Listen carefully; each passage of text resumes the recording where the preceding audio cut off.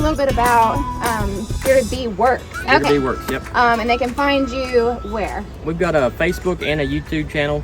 And we try to do a little bit of instructional stuff and a little bit of just sharing, just to share what we do. We started the channel out just to share what we do with friends and family, because a lot of people are interested, but they don't necessarily want to come out and get into bees. Right, like us. Yep. So we started out just for that, and then we kind of started doing some more educational type stuff. And that's kind of where we are now. We're trying to just educate other beekeepers and maybe the general public too, if they happen to cross our videos. Yeah. So where do your bees come from? How do you get your bees? Well, I just moved here about 8 months ago from Western Kentucky. So I built most of these bees up in Western Kentucky, and I've done it all through swarm trapping. So all the bees that I have were trapped mostly in the wetlands of Western Kentucky. So most people don't think about Kentucky having wetlands, but the far west side on the Ohio and Mississippi River, there's a lot of wetlands there. And bees really thrive in the wetlands. Wild bees or feral bees, there's a lot more of them in those wetlands. The honey flow is just more consistent because there's always moisture. You're not as worried about a drought.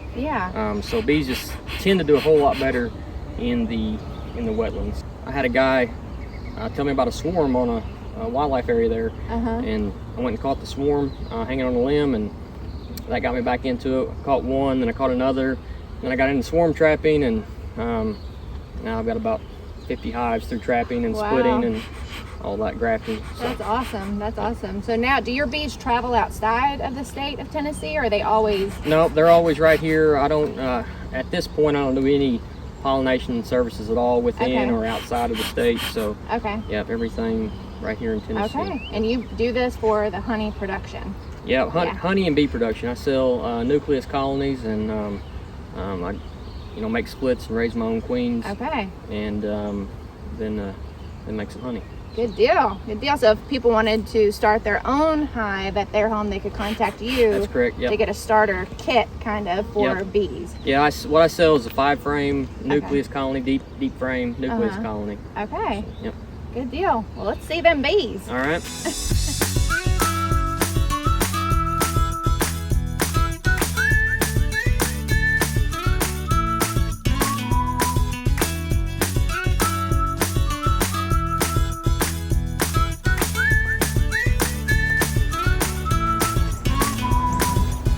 Very cool.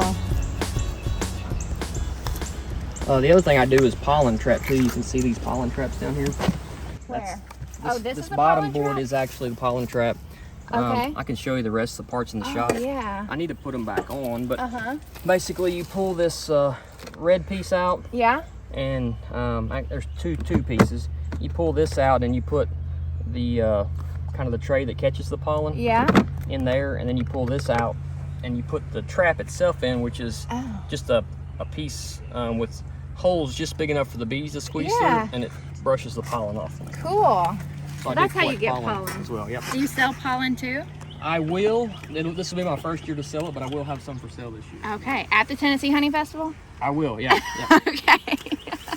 This is the first time I'm seeing a plastic frame. So why use the plastic? What's the benefit of that? I do it for convenience. Okay. Because I pull this right out of the box just like this and drop it in the hive. Okay. I don't have to assemble anything. I don't have to wire anything. Okay. Some people argue that the bees don't like them or don't like them as well, and they probably don't like it as well as a wax foundation, but if you give it to them during the flow, they're going to draw. Okay. And so this is one here. These have just been in here not very long at all. About how long? Like a month maybe? Just a couple weeks. Oh, okay. Oh, and then it turns into that. Yep. So I pulled this frame up. You can see there's some emerging brood. Yeah. So I pulled this frame out of this drawing frame out of the brood box and put it up top, and that encourages the bees to draw. So I pull the frame up from the brood box to encourage the bees to come up and draw. If you just set a new box of foundation on, there's a good chance that they will ignore that and not realize that that's room for them to use. So I pull that up, and some people call it seeding.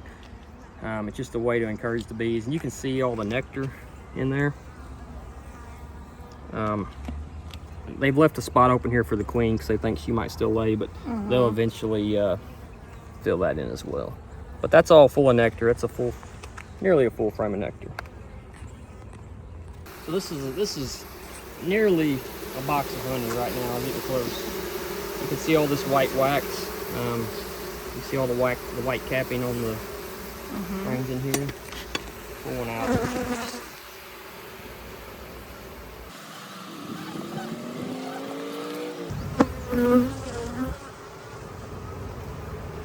They're starting to cap honey there. That frame is 3/4 or three probably a third capped. So that's all capped honey on the top there. Flip it around for you. And then they're still drying that nectar into honey on the bottom. So there's brood in here now, but as that brood emerges, then they'll pack that full of honey. So tell people what brood is. So brood is the young bees. Like Babies? The baby bees. They start as eggs, hatch into larvae, then they become pupa, and that's what's underneath these cappings right here. Right. So this is a brood, capped brood, which is pupa, and then this is capped honey right here. Gotcha. See, like I said, as these bees, I'm dripping honey down my leg right now. Uh-oh. As these bees emerge, they will backfill this with honey that we can extract. Gotcha. So, how can the community support you as a beekeeper? Sure.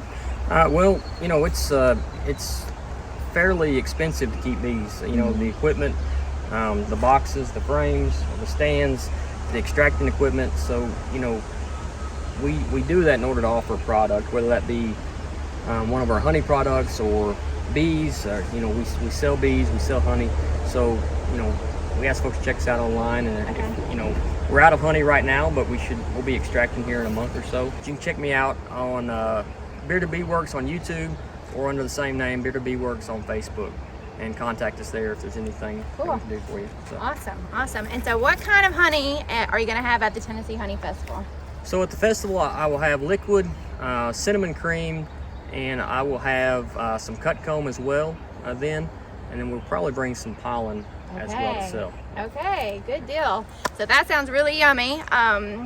And they can find them on Facebook. And why is it called Bearded Bee Works? Why are you so attached to your beard? Well, I've had a long beard for quite a while, and that was just kind of we really couldn't decide what name to go with, and somebody recommended something about a beard, and then that turned into Bearded Bee Works. So it's kind of an evolution to with the thought process. Cool.